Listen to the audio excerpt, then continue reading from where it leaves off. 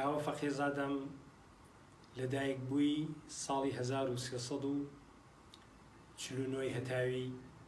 لە شاری مەهاباد ناوچەی مکریان زێدی زۆر جوان و کوردستان 35 ساڵە لە بواری میوزیکی کوردیدا بە شێوەی ئاکادەمیک کار دەکەم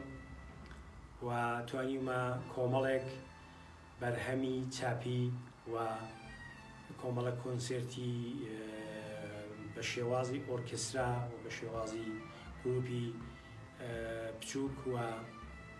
هەتا بۆ ئامێرەکەشم کە ئامێری سنتورە کۆمەڵە کتێب نووسیوە و خەریکەم بە شێوەیەکی زانستی بۆ فێرکاری و بۆ فەرهەنگ و کللتوری موزیکی کوردی بە شێوازێکی ئاکادەمیک کە خەونێکە لە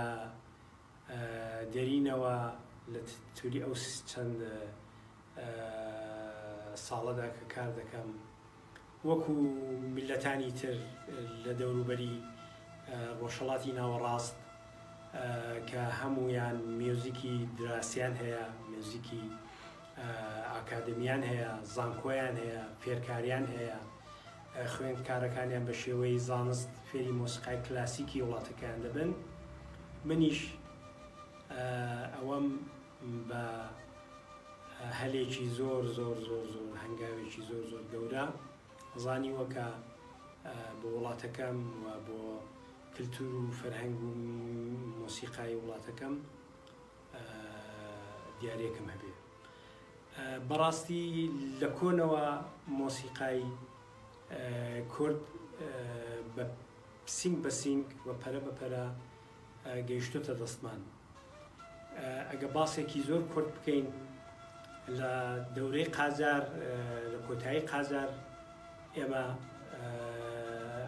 بەلیمەتی زۆر گەورەی وەکو مامۆستا سێدەێزغەی کوردستانی وەکو مامۆستا مەلاکەریمی سابلاغی و زۆر کەسی ترمان هەبوو کە لە بواری دەنگ و گۆرانی بێژی گەرچی وانە ئەو کەسایەتیانە لەباری زانستی میوزیک کارێکیان نەکردووە، بەڵام گەورەترین خدمەتیان کردو کە دەنگ و هەست و ئەحساس و بیرکردنەوەیان بۆمە تۆمار کردووە بە شێوەیەکی تۆماری بە شێوەی سەفحە بێت بە شێوەی کاتی خۆی چکە ئیمکاناتێکە بوو بێ ئەو شتانیان بۆمە تۆمار کردو. دوای ئەم هونەرمەندە ناودارانە کەسانێکی تر وەکو مامۆستا عەلی مەردان بە جیلێکی نوۆتر وەکو مامۆستا تایر تۆفیق، مامۆستا حەسەن زیرەک و مامۆستا محەممەدی ماملێ و مامۆستا مەسەری خالقی ئەوانە هەموو کەسایەتی هایەکی زۆر بەنێوبانگی مۆسیقای کوردین لە ناو چ ڕۆژهەڵات چ لە باکوور و چ لە باشوور و چ لە باکووریش کەسایەتی وەکو ئایشەشانمان هەبووە، کەسایەتی وەکو زۆر کەسایەتی گۆرانی بێژی باشمان هەبووە کە کارەکانیان تۆمار کردو بۆ چ بە زمانی سۆرانی چ بە زمانی کرمانجی. بەڵام لە دەهەی شێستی هەتاوی لە ڕۆژهەڵات دەتوانم بڵم دەورەیەکی زۆر زێڕین بوو کە میوزیک بە شێوەی زانستی پەرەی پێڵدا و کۆمەڵێک ژەنیاری زۆر باش لە هەموو ناوچەکانی کوردستان چ لە ڕۆژهەڵات چ لە باشوور و چ لە باکوور و چ لە ڕۆژاوە. ئەڵبەتە من لێرەدا ئەوە بڵم کە زۆرتر بە شێوەی ژەنیاری نەک بە شێوەی مۆزیسیێنی یا بە شێوەی کەسایەتیەکی محقق یا تحقیق کنندەیەک کە بە قۆڵی معروف کە دەو بوارەدا کارکرابێ، زۆرتر بە شێوەی تەکژەنی بە شێوەی گروه ژەنی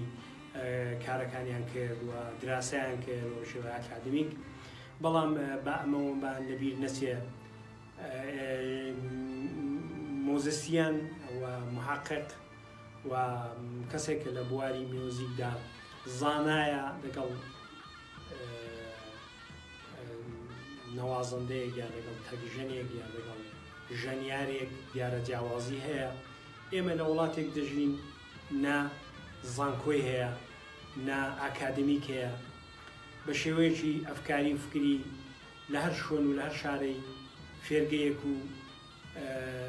ئامۆزشکایەک هەیە کە بەکاردێ هەر کەسیش لەوە ئامۆزشکا و لە فێرگەی خۆی بە شێوەیەکی ستایلێکی فکری خۆی خەریکە کار دەکا و خەریکە بژێوی خۆی دەباتە پێشێ هیچ کەس بیر لەوە ناکاتەوە کە نەوەی نوێ دەبێت بە مۆسیقای کوردی و بە زمانی دایکی پەروەردەبێت. بۆیە هەر لێرەوە داوا دەکەم کە هەر کەس لە بواری خۆیدا کار بکە، بوارەکان لێک نەشێوێنین و سعی بکەین تا ئەو جگای بتوانین بەو ئامانجە گەورەیە بگەین کە مۆسیقا بەرەو زانست بڕوە، چ لە تەکژەنێک ئەو هەموو کارە جوانەمانەیە با جۆری ڕابگرین و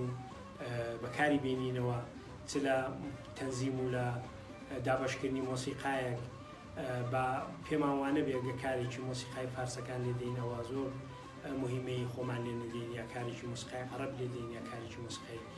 تورک لێدەین. با بۆمان مهم بێ کە کارێکی مۆسیقای کوردی لێ بدەین و بە کوردی هەوێنی کەین و لە کوردی هەوێنکەین. دا بۆیە من هەر لێرەوە چاوی هەمووان ماز دەکەم، دەستی هەمووان دەکوشم بە هەر کەس بە بڕوای من بە بیرکردنەوەی من هەر کەس بەردێک لەسەر بەردێک دابنێ، هەر کەس بتوانێت فکرێکی مۆسیقای تازە بکاتەوە، دڵنیام کە بە ئامانجەکەمان دەگەین. کات و ساتێکی خۆش.